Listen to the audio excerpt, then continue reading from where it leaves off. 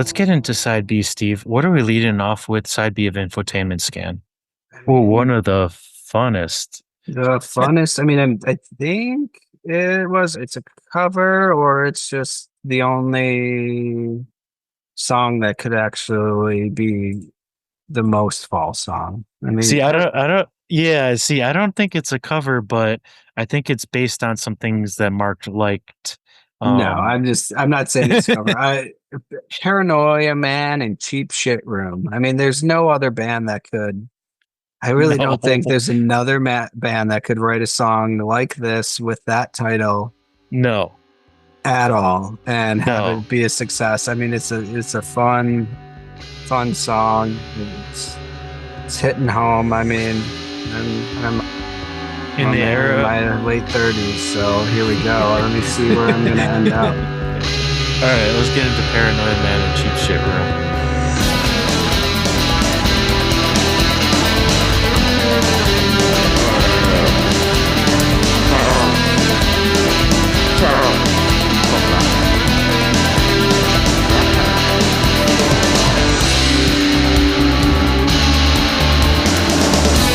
Paranoid man and mid-30s at the height of paranoia and the zenith of his powers. My bed, replica. Well, like you're saying, in an era where even bands are struggling to like come up with band names that are like searchable and findable because there's just so many bands like that are on the internet now. To have a title like this, there's going to be only one search result for Oh yeah. Paranoia Man and Cheap Shit Room, and that's going to be getting you exactly where you need to be going. Yeah, I sent you a text earlier about this song and I sent it to a coworker. So who knows what thought On I said accident. on accident. Yeah, he had texted me and then I said, Paranoia Man and Cheap Shit Room definitely sounds like a cover as a joke. I got who knows what the fuck he thought was going on. Oh man, if I got that text from a coworker, I'd be like, what's going on? Are you Yeah. okay? Are you doing okay? Do you need someone to come over there and check on your status? Yeah, I just hope he's listening to it right now when he got home and figured out what the hell I was talking Oh about. yeah, for sure. He probably put it on and then he was just like, wow. It Wow, just like Mark, he just puts on repeat. this guy's got great taste in music. Where have I Wow. been? I'm gonna make sure that I'm not eating lunch with this guy in the break room ever again. This is a little bit too much. Hashtag we are the fall pod. Know what you got to do? You got to show up to work tomorrow and bring him a copy of this album and be like, "Hey, by the way, this is the most accessible fall album. So why don't you just take a gander and let me know how you're digging it?" It's the best. I don't even work with this guy that often, so it'll be even more fun to see what he's thinking about. He's past his mid 30s. He's a 50s. He's a 50s divorce guy, so he might not like this one very much. No, it's past this. Yeah, he's past this point in his life. Now he's paranoid man in cheap shit room, 50-year-old man, mid 50s. It's completely different. By his bed, a replica shooter, zenith dissolving. No heebies, creepies, or hallucinogenics. Come on. It doesn't matter. You can do hallucinogenics anytime. Yeah, we got into this one a little bit on the Peel session, which was fun. It just is a song that keeps giving. Every time you listen to it, it keeps giving. Craig Scanlon just ripping off a fucking solo. The machines, Dave Bush machines are fit in there so nice. It does make you kind of on edge because there's so much going on, right? Are you supposed to be up? Are you supposed to be Well, you're I mean, definitely on that's speed. that's the best part of it though, is that you are the paranoia man when you listen to this, no matter Yeah, where you are in life. Like going down to the dance. at the zenith of his powers. This song really is calling for it does call for and demand a visual with it. And I think there is a music video. I think I watched it, but I'm not recalling what it is, but it demands a visual to be just because it is so cinematic and has that energy to it. But recently when I was listening to the song, I was thinking the going down to the dance, going down fast is the line that always kind of pokes its head out and it's like, man, a paranoid man in a cheap shit room that is going down to the dance is a weird dynamic.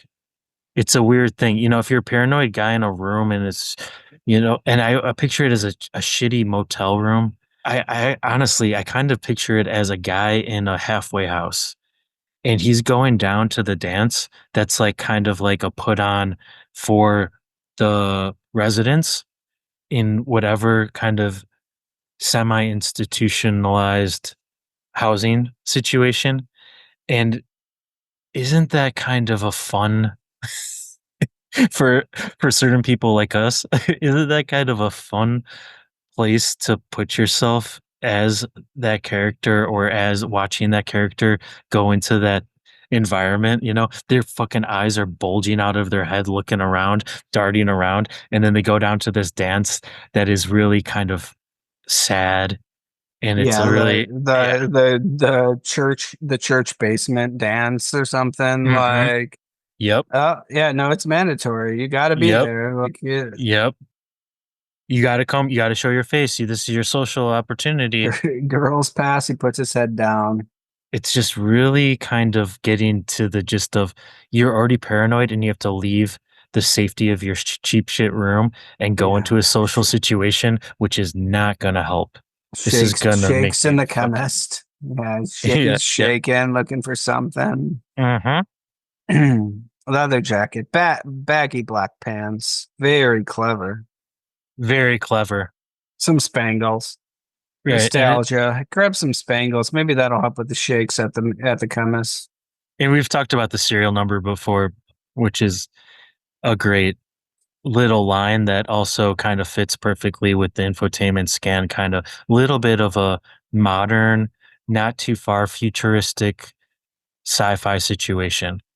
You got your and even the serial number of being an institutionalized resident of something and having your serial number right. You got to have your ID to get Why into do the you dance. have a Oh cloud man, in your eye? very, very good. Very interesting. Let's change the pace, obviously, but let's get some service and listen to the seventh track, Service.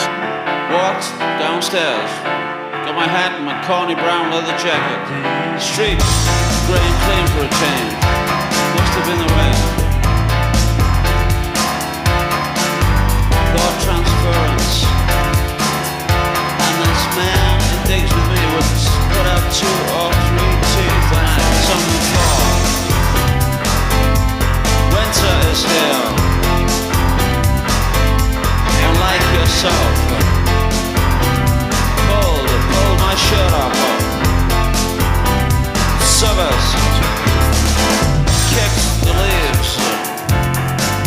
Learning about time.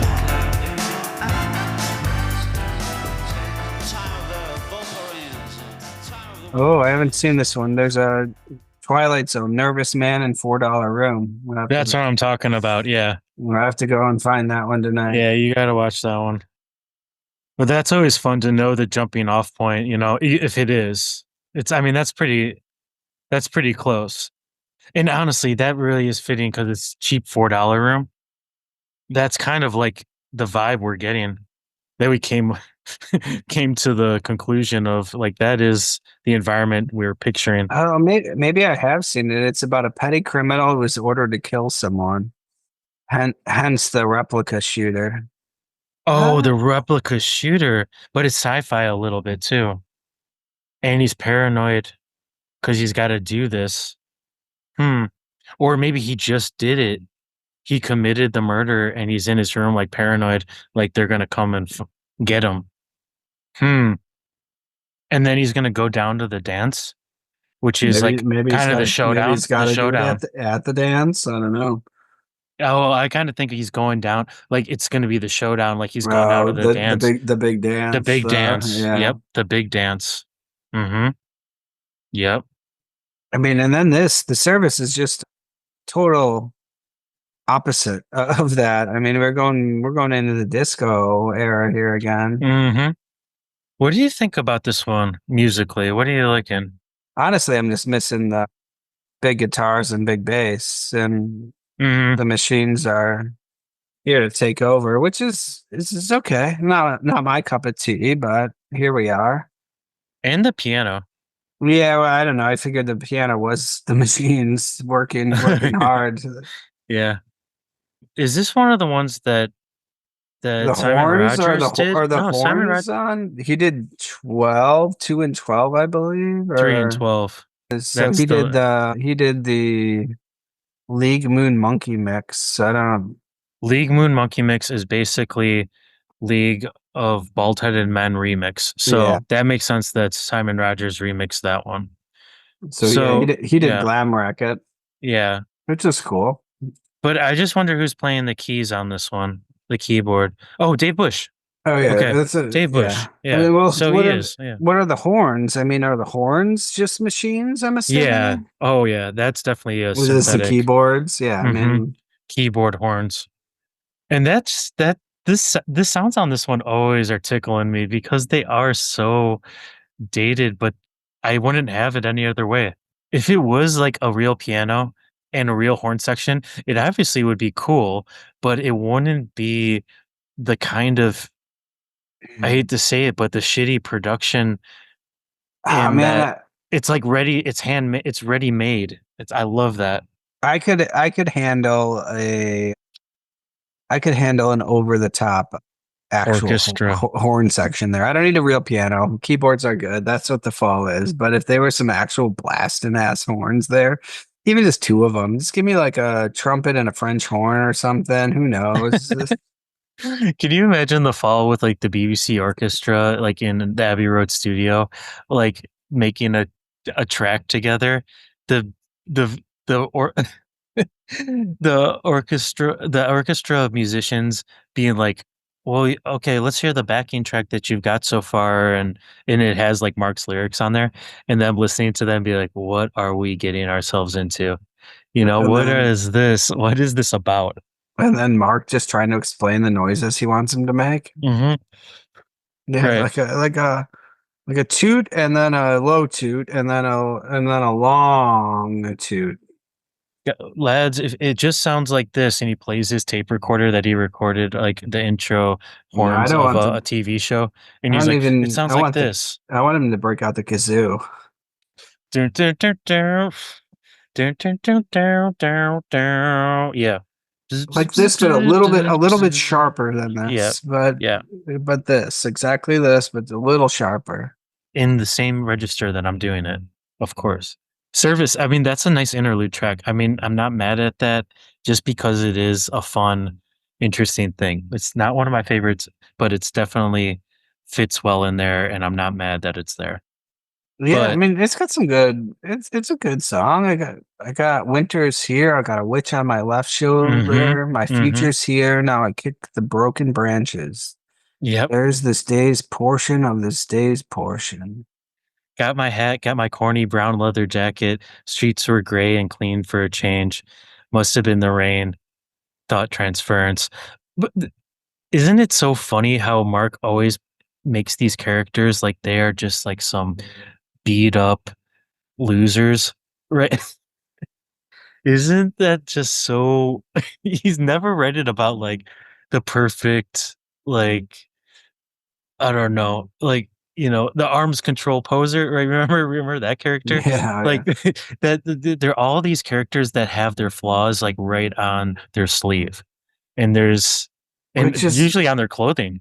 I feel like the way he lived though, like, and that's Hmm. who he was surrounded by, and that's why I feel like he felt so comfortable in his zone of influence and comfort, and like surrounded by the people he's used to, and everybody's there, just kind of struggling along, living the best life they can, but nobody is exactly living the life. And for a guy that was so aware of like attire and fashion sense and dress. I mean, even in Glam Racket, he's talking about suede. You're bequeathed in suede. You are entrenched in suede. Like he's very aware of that. Being married to bricks for so long, like the exact opposite side of that coin, like, just the posh American, the exact opposite of what Yeah, he was used to, what he thinks is cool, what he basically. thinks is cool, what he thinks is normal and down to earth and real. I think that's Real. the real what the real world is dealing with. Like, every once in a while he takes one of her jackets and enjoys the shoulder pads. It's Eh, okay. It's okay to be fancy every once in a while. Yeah, like the beat up clothing is it's much more realistic than the fine, like his fine leather jacket. It's a corny brown leather jacket. I can picture that immediately. Not just a generic leather jacket. It's really like just a couple of little words that he puts in there, and then it's just Oh yeah, I completely mean, there in front of you. I can picture it. I definitely had one of those in my closet. Like, somebody's old leather jacket that I took, and I was like, oh man, this looks cool. And then like you walk past You the took it mirror. from the coat room. You're like, that one is mine. No, yeah, I got it from a grandpa or somebody, and you're just like, this looks cool. And you walk past, you're like, this does not look No, cool. this does not look cool. I look like that guy from Service. Oh man, yeah, that's good. And that's the suede line. We didn't talk about it earlier, but in Glam Racket, the suede lines, the Suede, the band was touring with them and was opening for them, and they said that's probably about us. That's probably about us. Like, and then Mark's like, they got way too high self confidence, self esteem to think that I would write a song about them. That is definitely not about them, which is great too. That's so good.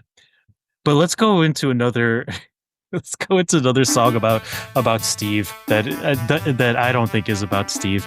But let's go into the League of Bald-Headed Men.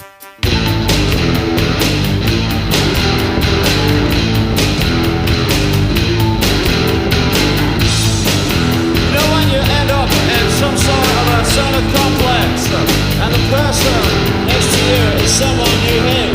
For me, I end up like that, so all around and inside left. Well. You don't think it's about Steve? No, I Yeah, take this song as it's about definitely his. not. I take this song about his meeting the fans because he's saying. I mean, I like to picture it as that because it's him. I think he said something along the lines of basically as they got older as a band, he would look out in the crowd and see all of like the bald heads kind of nodding along to the music. So he'd see the crowd. But I kind of take it as that because does he says it's always and every day it's about my pleasure to meet the great league of bald-headed men. And I like that it's his pleasure to meet them. Like he appreciates that that is his audience. Oh That yeah, and I mean, even if it is tongue in cheek, right? Even if he is like really saying like, "Oh, it's my pleasure to meet you again." I don't, obviously he yearned for greatness in a way that he never wanted it, but like always sought it, but like never expected it or really wanted it in the end. But like he did recognize those that loved him and loved the music and were there over and Mhm. over again, right? Yep.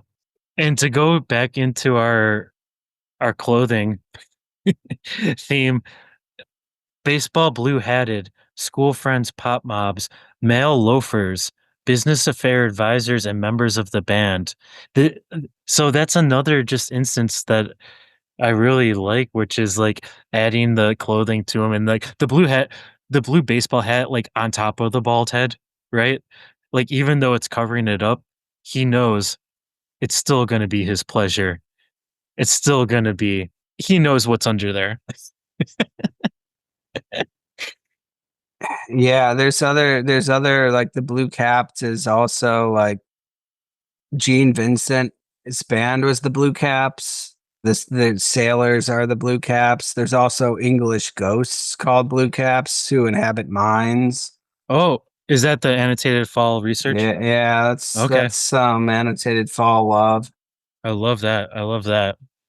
Yeah, Blue Caps, English ghosts who inhabit mines and then help or hinder miners depending on their mood. Yeah. Okay. So we got ghosts, which is very Or much a theme that we like to get into. enlisted sailors wore Blue Caps. Mm. So does that fit this? I mean, that does fit because he says, I'm immobile. Is your house for sale? And Davies just got out of his cell. Where have you been this time? Your lives are beyond the pale. Like, that is, I like that someone just got out of their cell and he's asking where have they been? And then also he knows that their background, their lives, their interests are not that interesting. Just asking, even though you know where he's been. Yeah. You know, Mhm. but oh, hey, where you been, man? Yeah. No, everybody knows. Just the way it starts out with, when you end up in some sort of cinna complex and the person next to you is someone you hate, that is really just sums up what this vibe of the song is. And it just goes into the little details that are like, huh, are they different people that are different characters that all are part of the same league? I kind of take it as that, which is really intriguing as well. Hmm. I like the riffage. And this one always reminds me of something that maybe Bricks would write. The just like the guitar riff, because it is so simple and it's repetitive and it's circular and it keeps moving forward. It's something that I'm like, maybe they had that riff and it's Yeah. got put to use. Well, I got nothing against the League of Bald-Headed Men. I'm all for it. This is good. Okay. Fantastic title that probably is very fall only. Gotta be. I certainly hope so. Now let's look into the past. Let's go mad. Yeah, a past gone mad.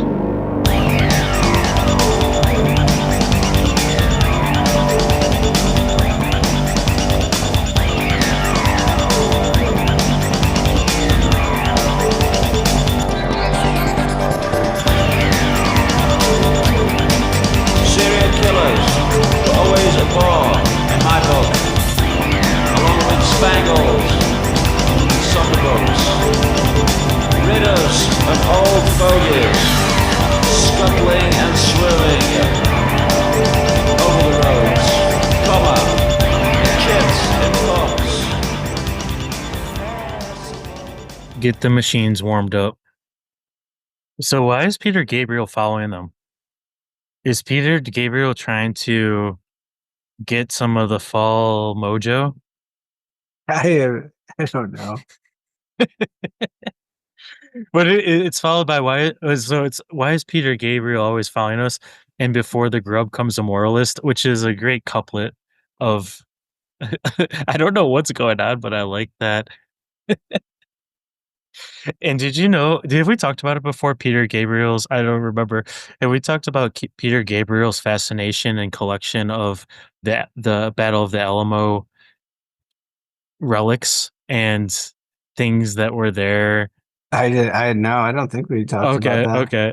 Because this is something I only know from living near San Antonio and working in San Antonio.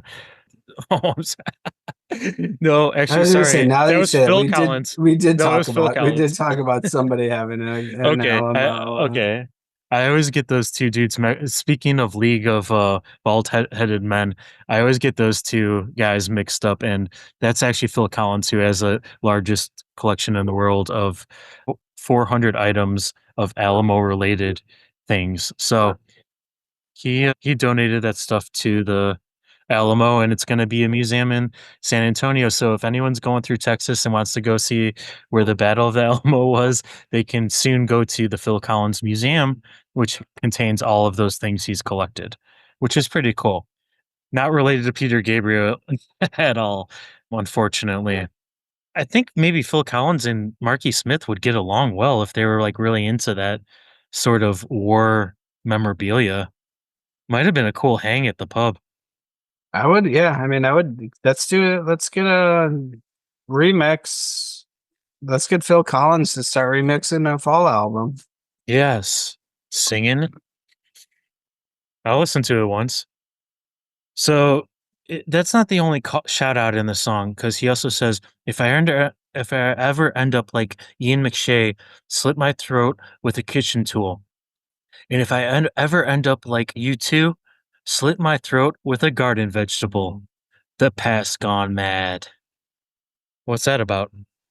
Ian McShay is was on a show called Lovejoy. That was Antique Stealer. Mm, like Antiques Roadshow. I don't know. A lovable, unscrupulous antique stealer. It sounds more like not. The question is he referring to Ian McShay, the actual person, actor, comedian, whatever he was, or the character? Yeah, it's a. I think the character. It's a comedy drama series. Hmm. Lovejoy.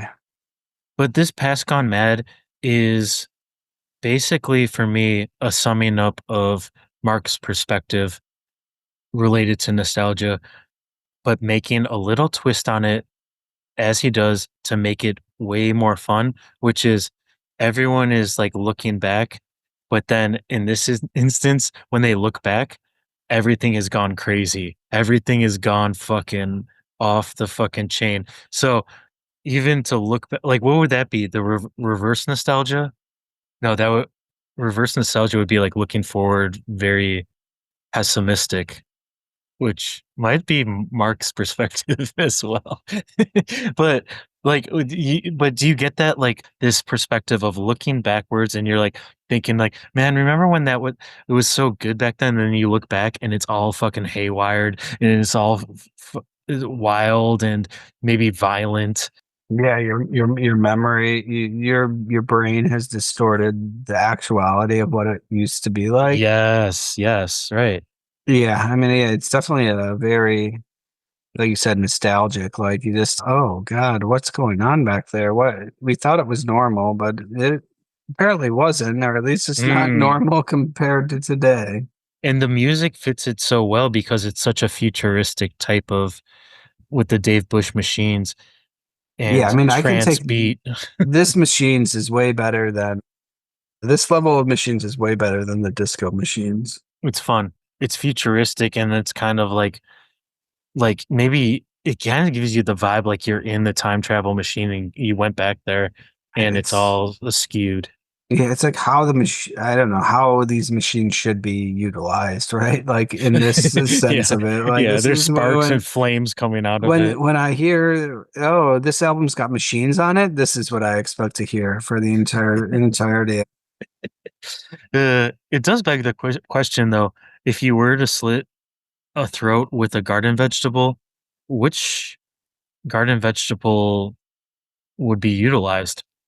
Slit my throat with a garden vegetable. Not a Mm, cucumber. That's a not a very cucumber. I mean, you'd think maybe you could hone down a carrot. yeah, I'm gonna carrot. think, you know what, I'm gonna go with I'm gonna take all the leaves of a leek and really try to get those coarse hairs, you know, the really like hard ones at the end. I'm gonna try to form those into a nice shiv to get through the throat. Uh, and I like that he's throwing U2 in here because they did open for U2 as well. And so it's all like kind of that's why I would really like to know the Peter Gabriel reference. So like what is that if there is something behind that? But Yeah. the Annotated U2 fall has okay, minimal to no information. okay, that's not helpful. But the U2 is an interesting dynamic because they opened for them, and I believe there's a good story about Steve Hanley and maybe Craig, like, going to to the side stage to watch them perform with their, their pints, like, and seeing, like, what's going on, and, like, the bodyguard or the security for U2, like, threw one of them down. You'll have to look up to get the facts right, but basically, like, threw one of them down like stairs or something like that. It was like a very aggressive move by the security, and it just shows that they didn't even recognize that that band was just on stage. Like these guys that are going, that are backstage, that want to go see the show, just performed, and they were not recognized as musicians, rock and rollers. Yeah, I think Mark also said that the when they opened for him, the audience was throwing Bibles at them. I don't think it was true, but Mark said it. That doesn't sound true, but that sounds fucking hilarious. That sounds great. I love that. Ooh, Yeah, I would love like an animated video of that. MES claimed rock and that roll the story. audience threw Bibles at them, a typically hilarious, false but true claim. It's like when people were throwing the beers at Mark, and he's like, "Just set him on the stage. I'll fucking take them." You know, Yeah. it's Just quit like, spitting. Just quit yeah, spitting at me. If you would throw your beers, so I'll drink them. stack your Bibles at the front of the stage. I'll take them. I will use them for something. I mean, why wasn't Gavin Rolling there? papers. Gavin wasn't there to help escort the band through security. I mean, why wasn't Gavin Friday there to help I know his Gavin best friend Friday. Mark and I his mean, he best should friend be like Bono? the liaison between those groups. Who knows? Maybe he connected them. Yeah, I mean, Maybe he imagine told Bono. you think Gavin opened for the Fall and then the Fall played and then U2 played? I mean, that would be I do not like U2, but I would go and see that show. I would see that show. I would see the Fall in any situation, especially if they're like opening for a huge band, just to see that dynamic, which sounded wild. Half the Yeah, people are probably have their backs turned to them. yeah, it Oh would be man. very disappointing to see the Fall in like a stadium tour though. I know it would. Yeah, it really would. It really, but I won't. Here's the thing though. I have watched some of those Glastonbury sets, relatively modern compared to the Fall's whole, you know, history and lifespan. He get Mark gets up for those.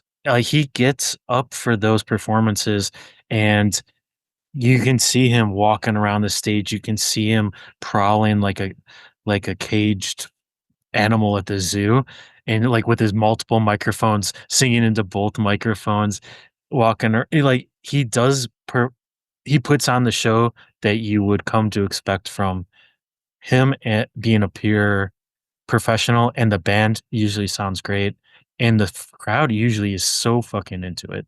But that's a totally different crowd than like a stadium tour for U2. Like that's a festival crowd, which he has also written songs about festival experiences that have not been so hot, especially one that's based in Phoenix. So, well, we'll get into that. I don't want to get too far, but Steve, let's wrap this sucker up and let's get into, as we've come to expect, something very, very singular and unique to the Fall, which is a closing track where you get something that you're not expecting. And let's just get into it and then get into it further. Light/fireworks.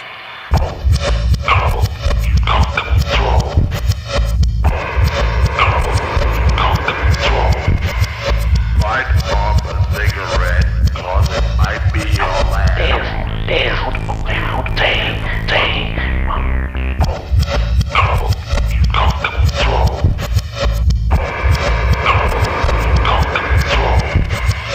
Light off a cigarette, cause it might be your last.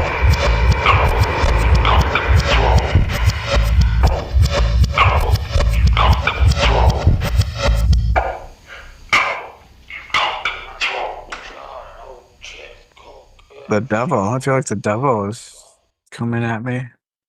Ooh. It's like when the infotainment scan procedure is like on the last phase of the scan, and you're getting all this like residual data going into your ears from the scan. Yeah, or like It's the or outro. you're trying to revolt against what the scan has done to you. Like, oh Oh, shit, like you're I don't trying to like force this. back. Oh, Force it out, but no, too bad. The infotainment is there. nope. This is kind of like this is like kind of embedding itself into your DNA Yeah, the chip as is data. permanent. Yeah, now it's a permanent, and we look forward to having you again. Basically, we look forward Yeah. to your next scanned This- experience. This will be happening on the hour, every Now, hour. once you log in, once you jack in, you're gonna have to have a little bit of pain. It can't be all accessible music. Yeah, right. Yeah, I mean, even like I think this is this is the track when it finishes where you're just like, wow, that was accessible.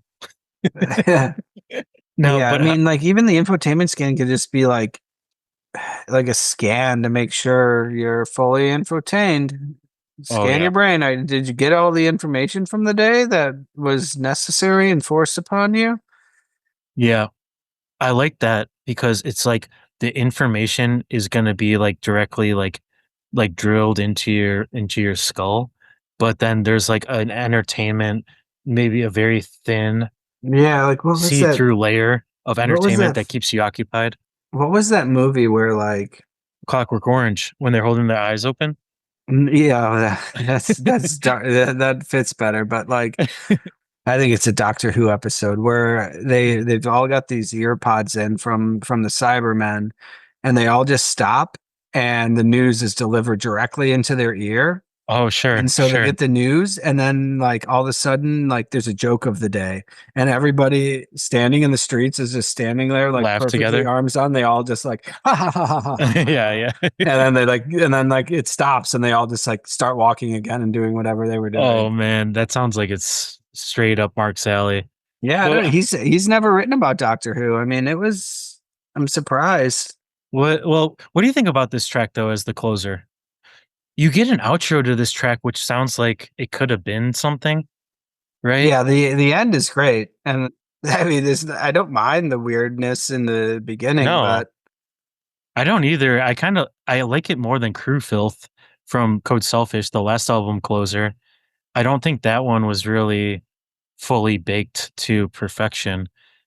But this one does have an element where I'm like, "Oh, yeah, for being yeah, almost a 4 minute song, I mean, it's not like it's piecemeal where they just threw what they had left over into a track. I mean, it true." is cohesive. It is one thing. I don't know. As much as Mark is a spoken word guy, when he gets into it and just only does the spoken word sort of stuff, doesn't really hit. It kind of makes me like nostalgic for the Spectre versus Rector. Like that's the kind of experimentalism that I know they're well past at this point. That's the kind that stays with me because like that one grew on me after a while. It's grown on me as like a song where I'm like, wow, there's a lot more going on here than auditorily, musically. It seems like maybe these songs will be that. I don't think Crew Filth is gonna fit in that category into that bucket. I think that these are ones that maybe I keep an open mind to it. So I think that eventually there might be something where I'm like, this is, something where it's a palate cleanser to end an album, which is very weird in itself and cool. It's always that choice to put that at the end that the band makes where it's like, well, guys, we're still as accessible as you might think we are. We're still gonna throw you a curveball. It's almost like you want. They saved the best 40 seconds for the end, which I doubt most people that are accessing this accessible album even made it to. Yeah. Most Yeah. people probably picked the needle up, press eject on the CD, whatever it was. Like Yep. I don't think they made it through that one. No, I don't think so either. I think that's the way they turn it down.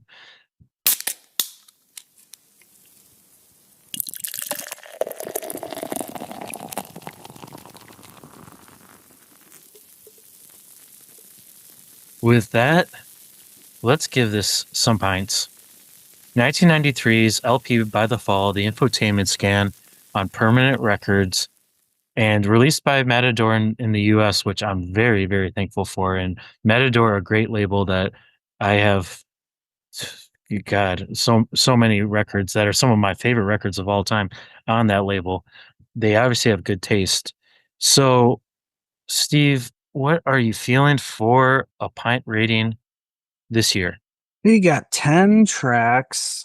I don't know if I say this all the time or if it's just in my head, but this one took a decent amount of warming up for me to appreciate fully. And I'm in it at this point. I like it all. Same, I even like the covers like more than I typically like the covers, more same. so how they manipulated them to be their own. So I'm not going to even discount those necessarily because they're just not things you would expect them to do, which is cool. So it's not like some of their other ones where you're like, oh, that's the same song.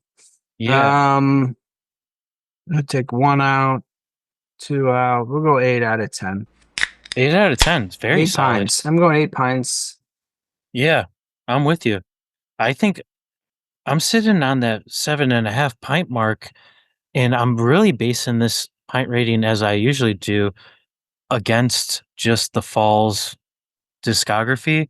But the more we get further into it and we have more albums to compare to, I think it's really unfair to compare it against like 80s fall and then early fall, which I say is like the early 80s and the late 70s. Like I separate all those, so I'm just gonna like put it into the 90s realm, and I'm gonna say like a 7.5 pints for this. I think for the general public that is not fall heads, rating it against the rest of the fall albums, I'm thinking it's gonna be an 8. It might even be an 8.5 for most people that are not really into fall music because it's just so solid front to back.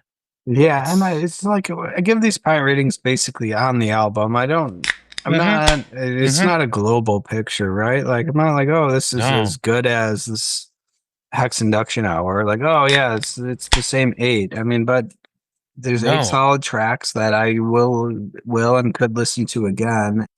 and it's always hard too, right? Because we've heard these songs in Peel sessions where we're like, "Wow, it's like perfect pint rating almost for those versions." So, you take it for the way that it's presented, and in this presentation, super solid album. I really like it. It really grew on me as well. At first, I was like, "Man, this is good songs," but then I don't know if there's like a depth to it that I can come back to frequently. But now I realize there is, and I really have grown, like you said, to see the further down layers that are even slowly unveiling themselves to me. So, A well thought out album, right? Like, the tracks, I didn't think the tracks worked together at all with the random covers in there. But we were talking about the intros and kind of the outros and like how they really made each song this kind of special thing. And the track list is probably as good as you're ever going to get on a fall album as far as flow. flow. Yeah, Mhm. exactly. We are the fall. We are the best. Yep. See ya, mate. See you later, mates.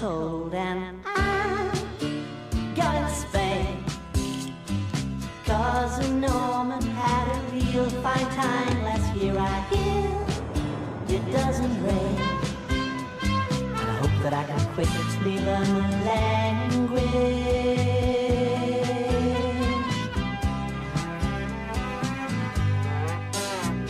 The factory floor presented me with some tapes of Elton John.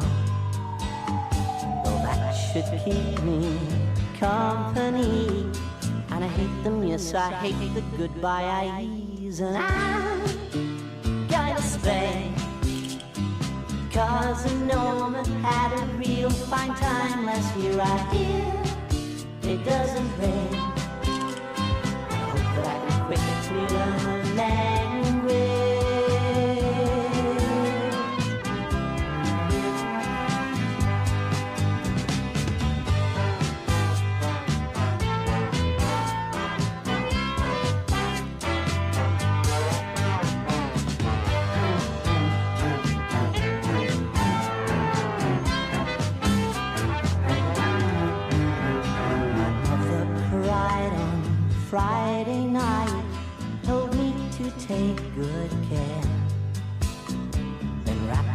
up some sandwiches.